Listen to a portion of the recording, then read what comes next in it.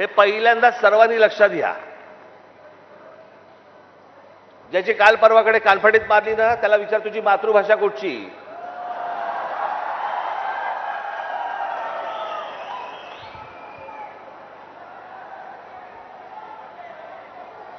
अहो हिंदी ही इकडच्या तिकडच्या सगळ्या कडबोळ्यातनं तयार झालेली 100-200 वर्षापूर्वीची भाषा.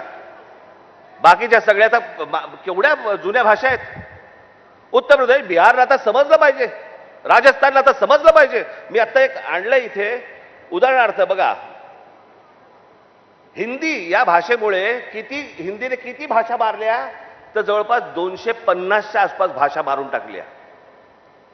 त्याच्यामध्ये कांगरी, गढवाली, कुमाऊनी, अवधी, हरियाणवी, ब्रज, भोजपुरी, मगधी, बाघेली, छत्तीसगडी, बुंदेली, माळवी, भिल्ली, नागरी, बागरी, मारवाडी अशा अनेक भाषा आहेत.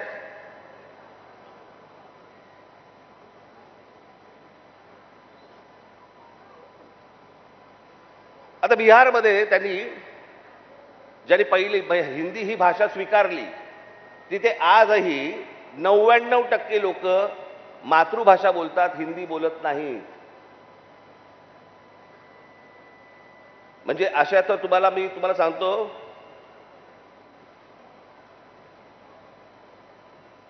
हनुमान चालीसा आहे ना, हनुमान चालीसा ज्याला तुम्ही हिंदी म्हणता ते अवधी आहे, हिंदी नाही.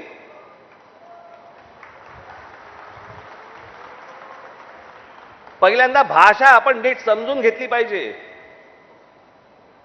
मराठी भाषेचा आपण इतिहास नीट एकदा समजून घेतला पाहिजे.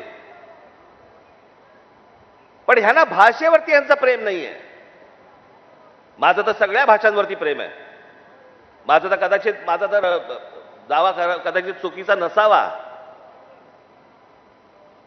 परंतु महाराष्ट्रामधले जेवढे काही नेते आहेत त्या सगळ्यांपेक्षा हिंदी माझं बरं आहे. आणि याचं कारण माझे वडील.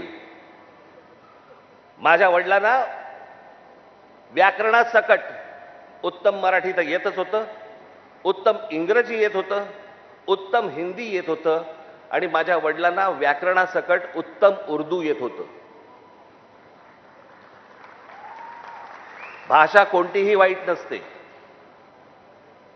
कधीच वाईट नसते. जगातली कुठचीही भाषा वाईट नसते. हिंदी ही काही वाईट भाषा नव्हे. आमच्यावर लादणार असाल, नाही बोलणार जा.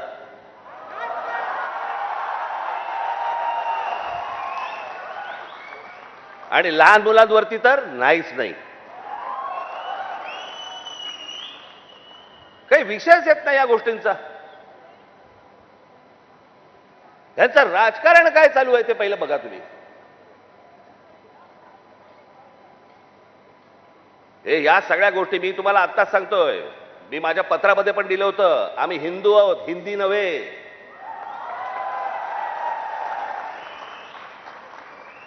पण हिंदुत्वाच्या बुरख्या खालून जर समजा तुम्ही माझी मराठी संपवायला येणार असाल, माझ्यासारखा कडवट मराठी तुम्हाला सापडणार पण नाही.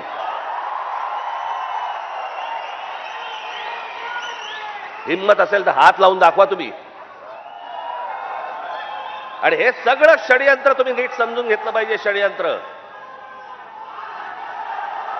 मुंबईला जर हात लावायचा असेल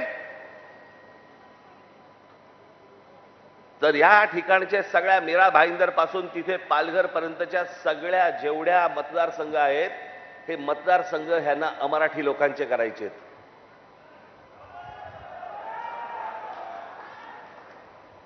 मी गेले 20 वर्ष मी ओरडून बोंबलून सांगतोय, ही नुसती माणसं येत नाही आहेत. हे नुसते इमारतींमध्ये माणसं येत नाही आहेत. इमारती उभ्या राहतात आणि बाहेरची माणसं येत आहेत. इमारती उभ्या राहतात आणि बाहेरची माणसं येत आहेत. नुसती माणसं नाही येत आहेत. हे मतदारसंघ बनवत आहेत. हे मतदारसंघ बनवून तुम्हाला हटवणार, तुम्हाला लांब लांब फेकून देणार.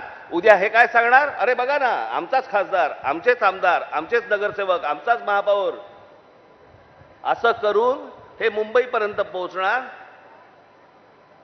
आणि हा अख्खाच्या अख्खा पट्टा हा सगळा गुजरातला मिळवण्यासाठीचे सगळे खटाटोप सुरू आहेत. हे आज नाही, हे पूर्वीपासून सुरू आहेत. पूर्वी